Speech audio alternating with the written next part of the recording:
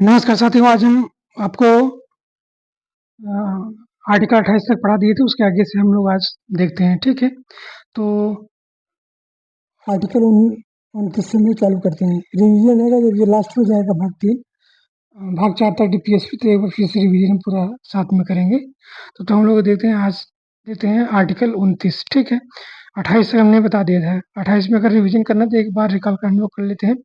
तो हमने बताया था जो 25 में क्या था, वो तो अंतःकरण की स्वतंत्रता था, हमने बताया था उसमें धर्म मानने की स्वतंत्रता था और धर्म का आचरण करने की स्वतंत्रता था, प्रचार करने की स्वतंत्रता था।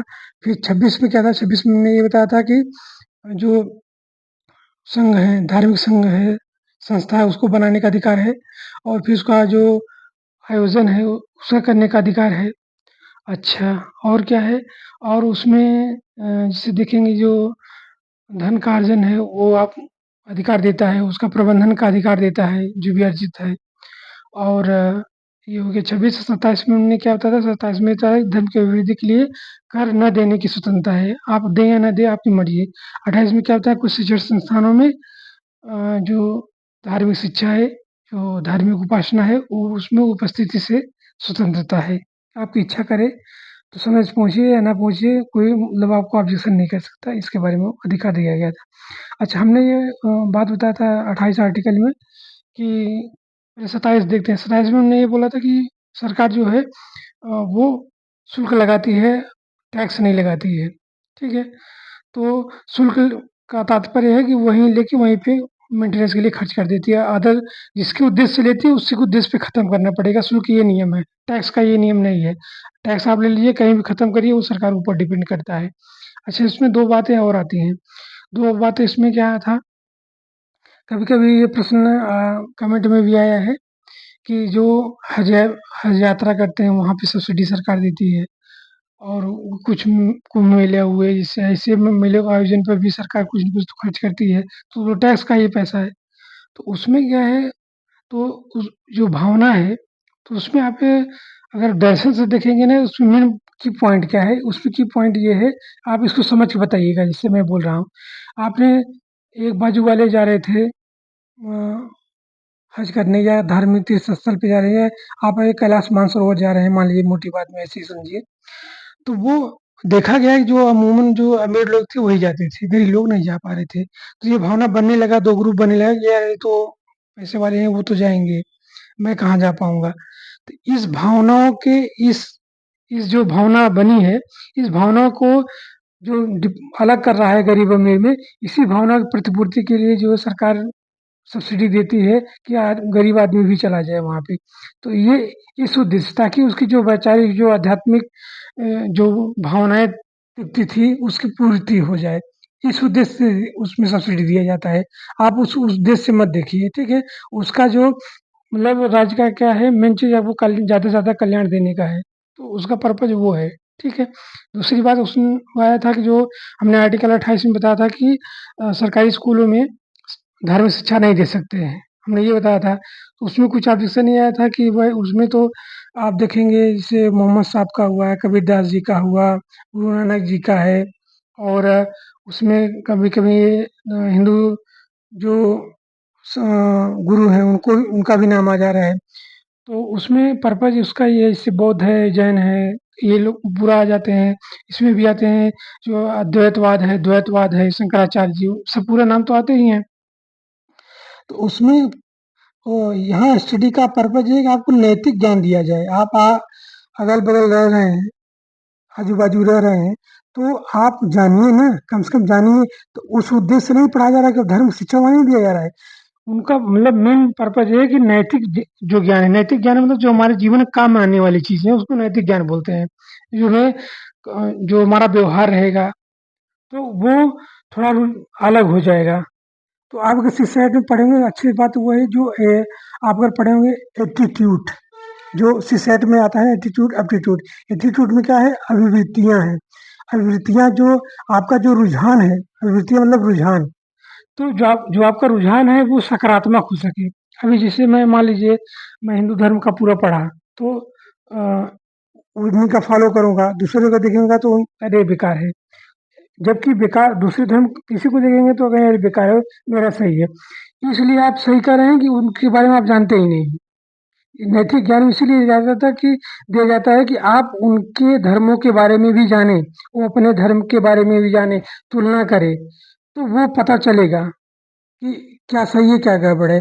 अभी आप ऐसे ये नहीं है, वैसे जैसे सब बोलते हैं हम लोग, आप भी वैसे बोल दे रहे हैं, इससे बचा जाए। तो इसका पर्पज़ ये है कि नैतिक ज्ञान जो आपके जीवन में आने वाला काम है, उसके समझ में आए, इसका ये पर्पज़ रहता है। वो धार्मिक ज्ञान नहीं है, उसको नैतिक ज्ञान बोला जाता है। वो सीमा तक ही रहता है। आप एक फ़ॉर्मेलिटी रूप में नहीं पढ़ाया जाता है, गंभीरता से नहीं पढ़ाया जाता, उसमें देख लीजिए। और एक बात और कोई ऑब्जेक्शन आया था, और क्या था 25 में? नहीं, इसमें तो नहीं, 2 ही बात आए थे। एक बात और था, ध्यान नहीं आ रहा, बाद में हम लोग बता देंगे इसको।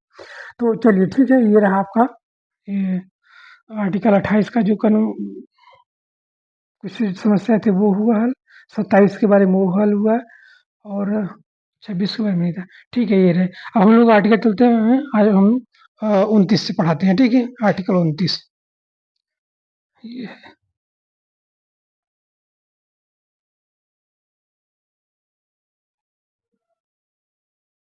उल्टी, अच्छा, आर्टिकल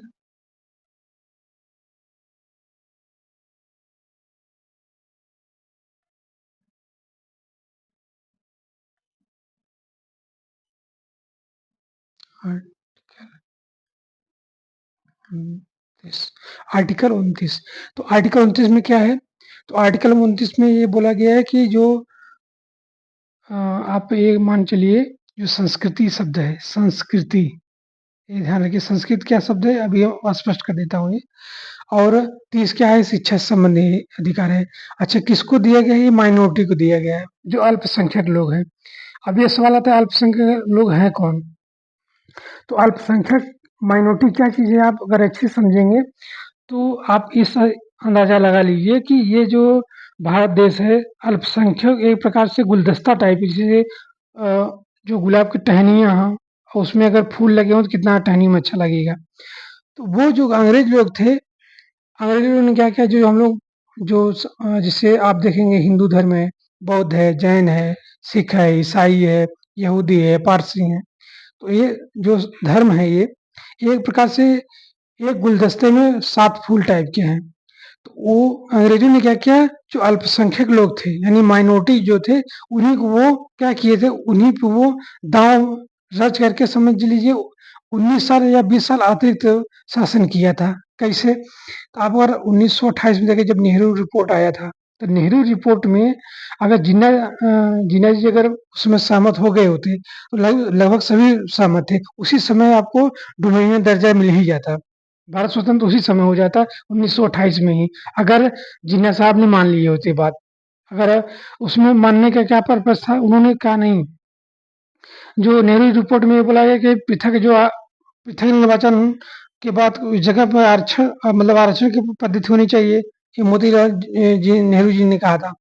और जिन्ना ने कहा नहीं, जो पृथक निर्वाचन है वो रहेगा ही, आरक्षण नहीं रहेगा। दो मतलब जो अंतर है उसकी मैं बात कर रहा हूँ।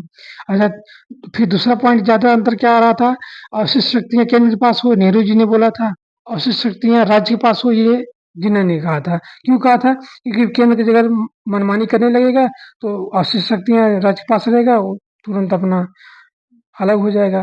तो ये सब बातें उसमें रहीं, तो उससे सहमत नहीं हुआ। सहमत पीछे क्या था, अंग्रेजों का विषय था उसमें। उसी समय तो माइनॉरिटी क्या चीज़ है, आप उसी से अंदाज़ा लगा लीजिए कि 19 साल इसके चक्कर में समझ लिए शासन और किए वो लोग अंग्रेज। अच्छा, दूसरी बात क्या है, फिर उनने जो 1909 में मिंटो मार्लो जो एक्ट था, जो पृथक निर्वाचन का दिया गया, तो वो यही कारण था कि वो बोलता था कि अंग्रेज का कहना ये था कि हम अल्पसंख्यकों का हित कर रहे हैं। अब हित ये कूटनीतिक हित है, ये तो गांधी जी बता सकते हैं कि क्या हित का हित का है, क्या हित है। अच्छा, उससे मैं, भले वो बोल रहा था कि मैं तो हित कर रहा हूँ, उसी समय बोला हित कर रहा हूँ। तो अच्छा, दूसरी बात, उसी समय जो मिंटो उसमें वायसराय थे, मार्ले जो उसमें भारत सचिव थे, ये जो राष्ट्रपति वाला जो पद है वो उस समय मार्ले थे। तो मार्ले ने ही मिंटो से बोला था कि आज ये जो पृथक निर्वाचन है, मैं सांप का एक नाक का एक दांत बो रहा हूँ, ये इसका जो फल होगा बहुत भयानक होगा, वो उसी समय बोल दिया था। अच्छा, दूसरी बात ये है, अगर आप देखेंगे जब 1932 में जो कम्युनल अवार्ड था, सांप्रदायिक जो अवार्ड मतलब अवार्ड नाम दिया गया है। अवार्ड नाम की आप बताइए, अवार्ड उल्टा हो रहा है ना, अवार्ड दे रहे हैं। यहाँ लोकतंत्र बिगड़ा लोकतंत्र स्थापित कर रहे हैं, अब बोल रहे हैं लोकतंत्र स्थापित किया हूँ। वर्ड में बोलता था जो ब्रिटेन भारत के लिए। तो उसमें जो अब कम्युनिटी जो माइनॉरिटी लोग हों उनको इतना जानबूझ के कूटनीतिक रूप से ऐसे-ऐसे वर्गों के वो पृथक कर रहा था ताकि अगर भविष्य के लिए वो दिक्कत करने लगेंगे। तो वो क्या क्या बोलता था, उसको कम्युनल अवार्ड बोला। अब जैसे एक एक कहावत है, जैसे अगर बगुला हो कोई, मछली उसको पकड़ के निकाल रहा हो, तो बगुला से पूछा जाए आप क्या कर रहे हो? तो बगुला बोला भाई मछली तो डूब रही थी इसलिए मैं निकाल रहा हूँ। बस वही कहावत है। जो कम्युनल अवार्ड था, अवार्ड नाम नहीं है। अवार्ड तो नाम नहीं है, ये एक प्रकार से अलग ये डिपार्टमेंट कर रहा था, एक ही क्षेत्र को अलग कर रहा था। इस तरह आप समझिए इसको बात को। तो ये रही माइनॉरिटी क्या चीज़ है, ये आपको स्पष्ट हो गया होगा। तो माइनॉरिटी माइनॉरिटी के लिए बोला गया तो उसी पर्पज़ से जो अंग्रेज़ों ने बोलते थे, उसी पर्पज़ से अगर वो अंग्रेजी की बात छोड़ दें, तो आज जो उनका सही वास्तविक हित में जो दिया जा रहा है, तो माइनॉरिटी के लिए ये बोला गया है कि अगर आप माइनॉरिटी हैं, तो माइनॉरिटी कौन हो सकते हैं? तो माइनॉरिटी के निर्धारण के लिए 2 कारण है। पहला कारण ये है कि आप जो है अ, धार्मिक रूप से अल्पसंख्यक हो या भाषाई रूप से अल्पसंख्यक हो, तभी 2 पर लिया जाता है, 2 कैटेगरी है, भाषाई रूप से अल्पसंख्यक हो या धार्मिक रूप से हो, तो इसके बारे में चर्चा किया गया है। तो आर्टिकल 29 में क्या है? आर्टिकल 29 में दिया गया 3 बातें इसमें मेन है, आर्टिकल 29 में। तो आर्टिकल 29 में कौन-कौन बातें हैं? इसमें बोला गया है ये कि पहला बात हो जाएगा भाषा, ये है लिपि, तीसरी बात है संस्कृति, संस्कृति है, संस्कृति। ये 3 बातें इसमें दिया गया है कि इनकी रक्षा कर सकते हैं। जो अल्पसंख्यक लोग हैं, अपनी भाषा का, अपनी लिपि का, अपनी संस्कृति का मतलब उनको बचाने का जो भी अधिकार है वो दिया जा रहा है। कैसे बच सकता है, कैसे इसका अस्तित्व बना रहे इसके बारे में चर्चा किया गया है। अच्छा, तो उसमें क्या है, भाषा कैसे बचाएँगे? तो भाषा के लिए आप भारत सरकार ही मतलब जो भी उनको ज़रूरत पड़ेगा वो सपोर्ट करेगी भाषा के लिए। अच्छा, भाषा क्या है? तो भाषा तो हम लोग जो बोलते हैं मुख्य रूप से वो भाषा है। अब भाषा को जो उसी में भाषा को जो लिखित रूप में रखेंगे उसी को लिपि बोलते हैं। जैसे हिंदी भाषा है और लिपि क्या है? देवनागरिक है। तो हम लोग जो बोलते हैं भाषा है। जो अगर इसी भाषा को अगर लिखना है, लिखने के स्टाइल में लिखें कि किस तरह दाएँ से लिखा जाता है, बाएँ लिखा जाता है, इसका अक्षर कैसे होता है, तो जो प्रारूप लिख रहा है लिखावट का उसको लिपि बोलते हैं, ठीक है? तो अपनी भाषा का, अपनी लिपि का तथा संस्कृति। अब संस्कृत शब्द क्या है? संस्कृत शब्द में क्या-क्या आ जाएँगे? संस्कृत शब्द क्या है क्या चीज़? तो संस्कृत शब्द क्या अगर आप समझिए सो सभ्य पहले मानव थे। पहले आप देखेंगे जो प्राचीन काल के मानव थे। तो पूरा पाषाण काल अगर इस सब के बारे में देखेंगे आप, तो उसमें सभ्यता आना चालू हुआ। सभ्यता का मतलब लोग जानने लगा ये मेरा परिवार है, वो मतलब खान-पान क्या रहना चाहिए, रहन-सहन कैसा होना चाहिए, तो ये सब जानने लगा। तो उसी सभ्यता धीरे-धीरे सभ्यता उसमें सभ्यता आने लगा। सभ्यता सभ्यता के पहले क्या शब्द है? तो पहले जैसे आप ये देखिए जैसे खान-पान हुआ, रहन-सहन हुआ, वेशभूषा हुआ, शादी-विवाह हुआ और बातचीत हुआ, तो ये सब के में अगर उन्नति अगर आती है, तो जिस समाज में आ जाती है, उसी को बोलते हैं सभ्य समाज है। तो सभ्य समाज से सभ्यता आता है और सभ्यता का जो अगर एक दीर्घकालिक अगर समय लिया जाए, उसको संस्कृति बोलते हैं। आप अगर ज्योग्राफी पढ़े होंगे, ज्योग्राफी में क्या है मौसम। मौसम के आज बोलते हैं ना कि आज का मौसम कैसे है, ऐसा है। अच्छा, मौसम का जो 10, 15, 20 साल का जो एवरेज है, निकाल लिया जाता है कि ये जनवरी में ही जाड़ा पड़ेगा, जुलाई में ही बारिश होगा, या जून में घाम होगा या धूप होगा, हल्का बारिश होगा। तो ये मौसम ये कैसे मौसम का जो 15-20 साल का जो एवरेज है, उसी को हम जलवायु बोलते हैं। एवरेज को। तो ये कन्फर्म हो जाता है कि जाड़े में देख लिया जाता है कि भाई ये कन्फर्म है कि दिसंबर में बारिश नहीं होगा। इससे मोटी बात में लग गया कि ठीक है, मध्य भारत में है, वो वहाँ तो बारिश नहीं होगा, दिसंबर पक्का नहीं होगा। ये कन्फर्म कहाँ से हुआ? हमने मौसम का स्टडी किया 10-15 साल, उसके बाद पता चला कि जलवायु में जलवायु यहाँ की ये है कि यहाँ बारिश नहीं होगा। तो उससे वही है। आप हम लोग देखेंगे जैसे रहन-सहन हुआ, बातचीत हुआ, शादी-विवाह हुआ, वेशभूषा हुआ, खान-पान हुआ, तो इन सब का जो मतलब उन्नति है, कुछ मतलब अगर देखेंगे ज़्यादा उन्नति रहेगा तो आपको सभ्यता बोला जाएगा। सभ्य है, सभ्य से सभ्यता है। सभ्यता का जो एवरेज है उसको हम संस्कृति बोलते हैं। ये संस्कृति अच्छी थी, जैसे हड़प्पा संस्कृति हुआ, इसी से पर्पस हम लोग ये शब्द लेते हैं। तो इसकी भी रक्षा करने का जो रीति-रिवाज उनके होंगे, उनको भी रक्षा करने का जो वो अधिकार है इनको, ये अधिकार दिया गया आर्टिकल 29 में। ये 3 शब्द हैं। प्रत्येक अल्पसंख्यक को अपनी भाषा को, अपनी लिपि को, संस्कृति को बचाने का अधिकार है।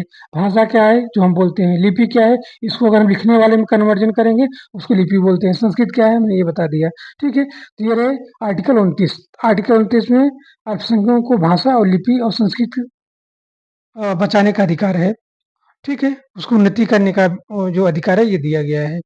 ठीक है? अब हम लोग आर्टिकल 30 देखते हैं।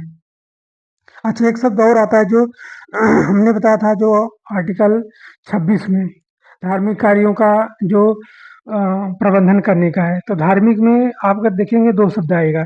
धार्मिक में देखिए, जो आप देखेंगे अधिकार जो आपको दिया है कि ये धार्मिक रूप से अनिवार्य रूप से ये तत्व है। धार्मिक अनिवार्य तत्व है, एक गैर अनिवार्य तत्व है धार्मिक। तो अगर आप देखेंगे गैर धार्मिक तत्व देखेंगे, तो गैर धार्मिक तत्व में यही आएगा, जैसे मान लीजिए आप ये फूल चढ़ाना, माला चढ़ाना, तो ये क्या अगर नहीं चढ़ाएंगे तो भी बच्चा रहेंगे। मतलब अस्तित्व के आधार पे ही बंटवारा हुआ है कि आप अगर मतलब अगर आप बांटना चाहते हैं कि गैर धार्मिक तत्व है या धार्मिक तत्व है, तो आप ये देखिए कि उस धर्म का अस्तित्व कहाँ पे बना रहेगा, और जहाँ पे बना रहेगा वही धार्मिक तत्व है। उसमें न्यायालय हस्तक्षेप नहीं करेगा। और गैर धार्मिक अगर मामला है, गैर धार्मिक मामला कहाँ से बनेगा कि जहाँ से ये लगे कि नहीं धर्म में ये अगर हटा देंगे धर्म पे कोई आँच नहीं आएगा, तो वो गैर धार्मिक मामले हैं। उसमें न्यायालय दखल दे सकता है। ये ध्यान में रखिएगा। ठीक है? ये रहे आपके आर्टिकल 29। हम लोग अब आगे बढ़ते हैं आर्टिकल 30 के बारे में।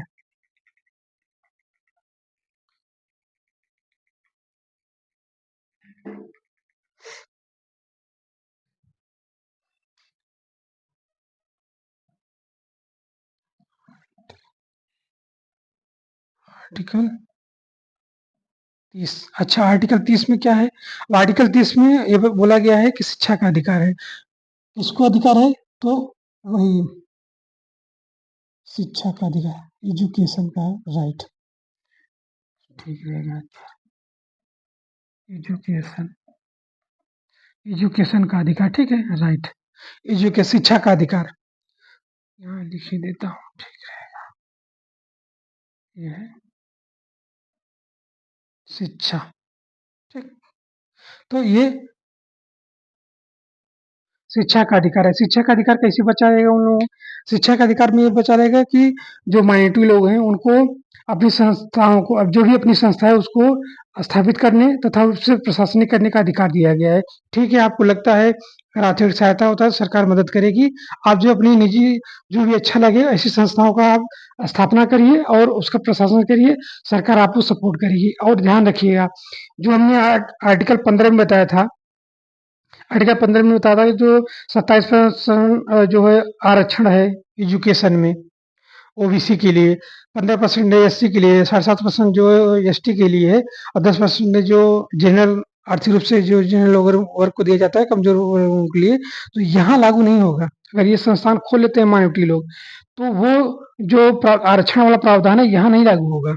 ये लोग माइनॉरिटी है, तो इस पे भी ध्यान रखा गया है। अब ध्यान क्यों दिया गया है, आप इसके इतिहास में जानेंगे। इसके इतिहास के चक्कर में 20 साल अंग्रेजों ने ज्यादा शासन किया है। यह परेशानी, ये वो नब्ज पकड़ चुके थे कि माइनॉरिटी से ही आई जो इंडियन नेशनल कांग्रेस थी, उसको किसी भी तरह मोड़ा जा सकता है। तो वो इसीलिए ज्यादा ध्यान तो देना भी चाहिए। बहुत संख्या लोग हैं तो भाई, अब से लोग कुछ तो नुकसान करेंगे ही। सब कोई बराबर तो होते नहीं, पांचों उंगली तो बराबर है नहीं, कोई ना कोई तो नुकसान करेगा वोटे छिपे कभी भी। तो इसलिए दिया गया है कि आपको राइट दिया गया है। राइट ये सरकार से मांग नहीं रहे हैं, ये सुप्रीम कोर्ट सीधा दिलवा सकती है। अगर कोई अगर इस पे ऑब्जेक्शन आता है या नहीं हो रहा है तो सीधा वो सुप्रीम कोर्ट जा सकता है आर्टिकल 32 के तहत, और आर्टिकल जो है 226 के तहत हाई कोर्ट के पास जा सकता है कि मेरा ये संस्थान है या मेरे को शिक्षा में ये वर्ग का नहीं मिल रहा है, तो वो कह करके संस्था दिलवा सकती है, ऐसा भी हो सकता है इसमें। तो अभी जो आर्टिकल 32 हम पढ़ाएँगे तो उसमें है, रीट है, उसमें हम आपको ये बारे में चर्चा करेंगे, ठीक है? तो ये खुद ही स्पष्ट हो जाएगा ये क्या कहना चाह रहे हैं, ठीक है? अभी ये है शिक्षा का अधिकार दिया गया है, शिक्षा अगर कोई भी अल्पसंख्यक चाहे अपना ये संस्थान खोल सकता है और स्कूल या कॉलेज कुछ भी खोल सकता है, और उसका वित्त जो है और प्रबंधन का अधिकार भी दिया जाएगा इनको, सरकार भी सपोर्ट करेगी। ये रहा आपका आर्टिकल 30। अब हम लोग आर्टिकल 31 देखते हैं। तो ये अभी तो ये टाइम हो गया, अगली क्लास में हम लोग पढ़ाएंगे आर्टिकल 30, ठीक है? नमस्कार। अभी तो टाइम है, टाइम है, अभी 10 मिनट चलेगा, 10 मिनट टाइम है। चलिए,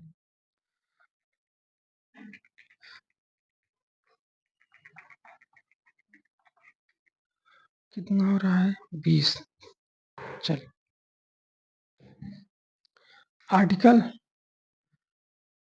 30 हो गया, आर्टिकल हम लोग आर्टिकल 31। आर्टिकल 31 क्या है?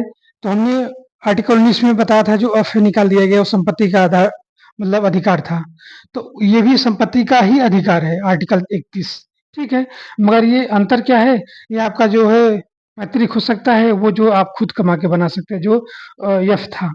ए में था जो आप वाकफ व्यक्ति का है स्वतंत्रता, संघ बनाने के 2 हो जाए, 2 हो जाएगा। ये नहीं मैंने बताया था वाकई व्यक्ति स्वतंत्रता है। दूसरा में आप निरायुध सभा या संगम या सभा में जाने की स्वतंत्रता है। फिर संगठन या संघ या संगठन बनाने की स्वतंत्रता सी में था वो खंड में। डी में चार जगह घूमने का जो उसमें था, जो संपूर्ण राज्य है वहाँ घूम सकते हैं आप। ई में क्या था? इसमें हमने बताया था वृत्ति था, उपजीविका था, व्यापार करने की स्वतंत्रता दिया गया है।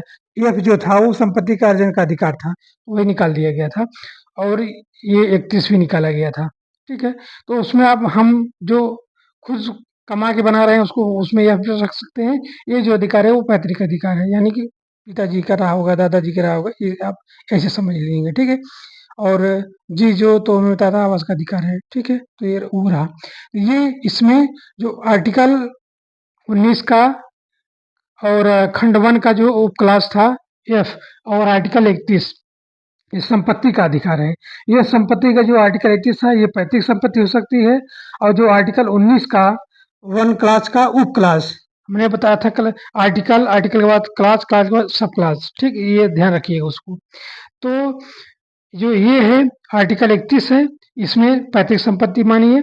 जो आर्टिकल 19 का 19 के क्लास 1 का और सब क्लास जो वो एफ है, वो हम या आप जो भी अर्जन करते हैं संपत्ति का, वो उसके बारे में चर्चा है उसमें। ये दोनों आर्टिकल निकाल दिया गया है, ठीक है? अब हम लोग चर्चा करते हैं, इसमें फिर संशोधन हुआ। निकालना का मतलब वैसा संविधान संशोधन में जो मोरारजी देसाई की सरकार जो 1970 में बना था, वही निकाल दिए थे वो। इसको निकाल करके जो मौलिक अधिकार था उस समय, ये मौलिक अधिकार था संपत्ति का अधिकार, अब संवैधानिक अधिकार हो गया है। 300 का ए वो वहाँ रख मतलब चेंज कर दिया गया स्थान। तो ये रहा आर्टिकल 31। अब आर्टिकल 31 में कुछ संशोधन हुए हैं। पहले प्रथम संविधान संशोधन हुआ था पंडित जवाहरलाल नेहरू जी द्वारा। तो प्रॉब्लम ये कहाँ आने लगा? ये तो 1977 में उसको बनाया गया था। इसके पहले तो ये तो मौलिक अधिकार था। मौलिक अधिकार आप छुएंगे, आप सुप्रीम कोर्ट में कोई भी जा सकता है। तो इसलिए ये बहुत बड़ा मतलब बवाल ही था समझिए। और उसमें जब सरकार बनी थी, जब जवाहरलाल नेहरू जी की सरकार थी, आप कहीं भी कोई भी काम करिए ज़मीन चाहिए। ज़मीन किसका है? या तो सामंतों का है, या ज़मींदारों का है, या रजवाड़ों का है। आप सड़क ले जाएँगे ज़मीन चाहिए, ज़मीन सरकार के पास है ही नहीं है। तो तब वो जवाहरलाल नेहरू जी ने बोला एक काम करिए, जो डलहौजी में हम लोग आप डलहौजी पढ़ेंगे 48 से 55 तक जो था उसमें governor general British east India company का, तो वो वही सड़क निकाल रहा था, जो प्रॉब्लम आया था, जो हड़प नीति के चालू कर दिया था। वही भारत को अगर संघ में एक रूप दिया तो वही था, डलहौजी दिया था, पूरा एक किया समझिए एक प्रकार से। तो उसमें जो है सतारा हुआ, झांसी हुआ, उदयपुर हुआ, तो ये सब पूरा जो किया वो क्या किया, हड़प्पा से अपने कोलैप्स कर लिया था। तो उसका यही मेन पर्पज था, सड़क कहीं ले जा रहे तो वो भी ऑब्जेक्शन कर रहे थे, वही समस्या जवाहरलाल नेहरू जी के सामने भी आया। तो तब उन्होंने क्या किया कि प्रथम संविधान संशोधन करके जो ये आर्टिकल 31 है, इसका खंड बनाया गया, क्लास बनाया गया, क्लास ए। तो इसका अगर खंड देखेंगे, एक अगर क्लास 31 देखेंगे संपत्ति का अधिकार है। अब हम खंड में देखते हैं, जब जो प्रथम संविधान संशोधन में होगा, ठीक है। ये क्लास है, ठीक है, क्लास 1। तो क्लास 1 में तो अगर इसमें देखेंगे तो इसमें 3 पॉइंट आएंगे, ठीक है। ए है, बी है, ये सी है, ठीक है। इसका जो 25वां संविधान संशोधन, इसको एक बारी बारी बताते नहीं तो कंफ्यूज हो जाएगा। ये क्या है, ये ने ये बोला उन्होंने, जवाहरलाल पंडित जवाहरलाल नेहरू ने संशोधन करके बनाया क्लास में 31 का ए, मतलब 31 का क्लास फर्स्ट का सब क्लास ए है, ठीक है। ए ने ये बोला, उन्होंने ये बोला कि राज्य को ये अधिकार दिया जाता है कि अगर उसको राजकीय कार्य के लिए जमीन की अगर आवश्यकता है तो वो कानून बना के ले सकती है, किसी भी नागरिक से ले सकती है, पहली बात। तो अब इसमें ये अधिकार दे दिया गया, ठीक है। जब अधिकार दे दिया गया तब सब अपना कानून बना बना के लेना चालू कर दिए थे, ठीक है। तो अब इसमें यही अधिकार दिया गया, इसी का अधिकार, इसी के चलते ही जमींदार के यहाँ जो कृषक काम कर रहे थे, उनका भी नाम लिया गया कि भाई क्योंकि यहाँ कौन कौन कहाँ पे खेती करता है, फिर उसी के नाम पे फिर वो ट्रांसफर कर दिया गया था जमीन। इस पे बहुत बवाल हुआ था, इस पे केस बहुत चले थे तब बाद में।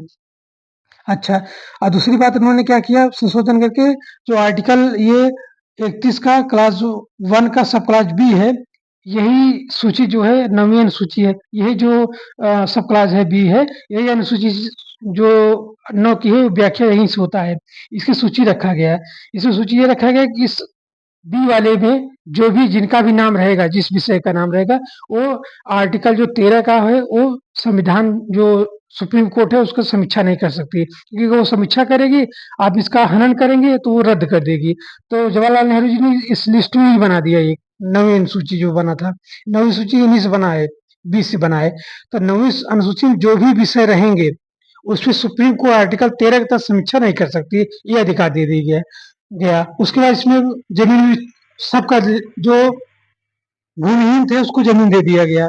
भूदान आंदोलन भी वो चलाया गया था, उसमें आप देखे होंगे। तो इसमें क्या है, जमींदारों का जमीन ले लिया गया, और जमीन लेने के बाद राजकीय कार्यों के लिए किया गया, जो कृषक थे उनको, भूमिहीन थे उनको दिया गया, तो ये दिया गया। नौवीं सूची इसी से बना है। फिर जो अब सी आया, तो ये सी जो है 25वां संविधान संशोधन इंदिरा जी के द्वारा जोड़ा गया था, ये सी क्लास। तो आर्टिकल 31 का क्लास फर्स्ट का सब क्लास सी है, ठीक है, उप क्लास सी है। इसमें ये 25वां संविधान संशोधन 1971 में जोड़ा गया। इसमें ये बोला गया इंदिरा जी के द्वारा संशोधित था ये, जो आर्टिकल 39 का बी है, वो आर्टिकल 39 का सी है। अगर उसकी उद्देश्य की पूर्ति करता है तो आर्टिकल सी में आर्टिकल 13 से समीक्षा नहीं किया जा सकता है, इसमें ये प्रावधान था। तो आर्टिकल 39 का बी क्या था, आर्टिकल 39 बी का ये था कि जो भौतिक संसाधन है भारत के पास, उसका जो स्वामित्व है, उसका न्याय उचित जो है वितरण होना चाहिए, ये है।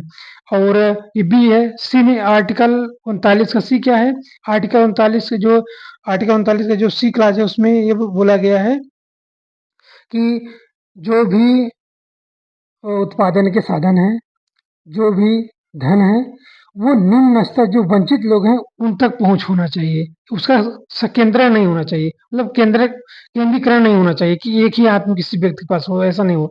तो धन और उत्पादन के जो भी साधन है उसका जो है इस प्रकार वितरण हो कि जो वंचित वर्ग है उन तक पहुंच हो उसका, ठीक है, केंद्रीकरण नहीं होना चाहिए। तो ये दोनों आर्टिकल 39 का बी, आर्टिकल 39 का सी इन उद्देश्यों की पूर्ति करता हो, इसमें ये प्रावधान दिया गया, उन पूर्ति करता हो, यदि पूर्ति करते समय अगर मतलब मौलिक अधिकार का हनन भी करता है तो भी जो है आर्टिकल 13 के तहत सुप्रीम कोर्ट समीक्षा नहीं कर सकती है। इसमें सी में बताया गया है। ये 25वां संविधान संशोधन सन 1971 में जोड़ा गया था। ठीक है, ये रहे आपके आर्टिकल 31 के क्लास फर्स्ट का सब क्लास ए, सब बी, सी। ए में क्या मैंने बताया, इसी के तहत जो है जमींदारों और जो भी भूमिहीन था उनको भूमि दिया गया, जमींदारों को लिया गया। इसी के तहत जो पंजाब में हेनरी गोलकनाथ थे, जो 500 बीघा जमीन था, तो उनका जो ले लिया गया था पंजाब सरकार रूल बना करके। ऐसी इसी के तहत जो केशवानंद भारती बनाम केरल राज्य था, तो केशवानंद का भी जमीन इसी इसी आर्टिकल के तहत लिया गया था, सब क्लास के तहत। क्योंकि वो लोग व्यवस्था, जमीन ज़्यादा थी, लोग उन लोगों के पास जमीन कम थे, मंदिर का जमीन ज़्यादा था, तो उन्होंने क्या किया, कुछ हिस्से ले लिए सरकार ने नियम बना करके। अच्छा, नियम जब राज्य बनाएगी तो राष्ट्रपति से अनुमति लेके ही बनाएगी। ठीक है, इसमें वो भी रूल है। तो ये रहा। बी में क्या है, बी में नवीन सूची है। इस सूची में जो भी नाम रहेगा, ये ये सूची में, ये ए का बी में सूची में रख दिया गया। जब बी में रखेंगे तो 13 का समीक्षा ही नहीं हो सकता। सी में क्या बोला गया, सी में तो ये बोला आर्टिकल जो 39 का बी और सी है, उसकी अगर उसमें विषय में बनाया जाता है आर्टिकल, अगर ये मौलिक अधिकार कानून भी करता है, तो भी जो है सी के तहत ये बोला गया समीक्षा नहीं होगा। ये रहा, ये ए बी सी ये रहे। ठीक है, अब हम लोग देखते हैं इसका खंड। ये खंड 1 है, तो ये खंड 2 है। खंड 2 क्या है, इसी का है खंड 2। ठीक है, क्लास